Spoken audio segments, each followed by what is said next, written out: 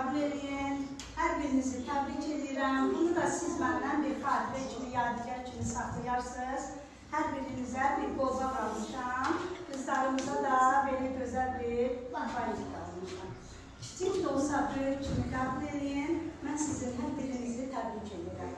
Buyur Turan, gəl. Hədiyyəni qəbul edin. Buyur. Gəl öpüm səni. Təbrik edirəm. Buyur. Bu sıradan sırayla gəlin. Təbrik edirəm. Təbrik edirəm. Bayramı mübarək. Emincə.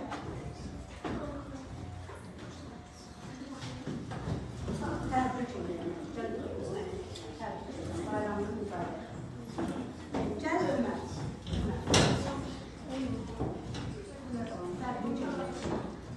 Bayramı mübarək. Farkən. Təbrik edirəm. Bayramı mübarək. Gəl, Murat, Vahid gəl. Təbrik edirəm. Bayramı mübarək. Mustafa gəl. Təbrik edirəm. Bayramı mübarək.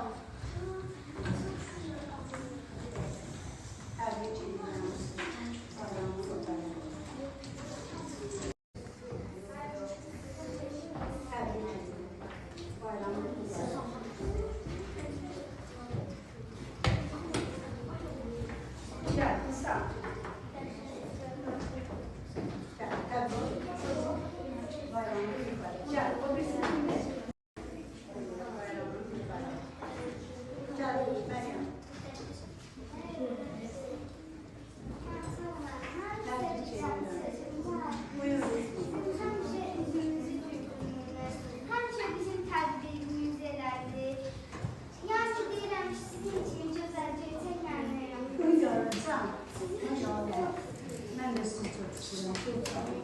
Güzel, çok sağ olun.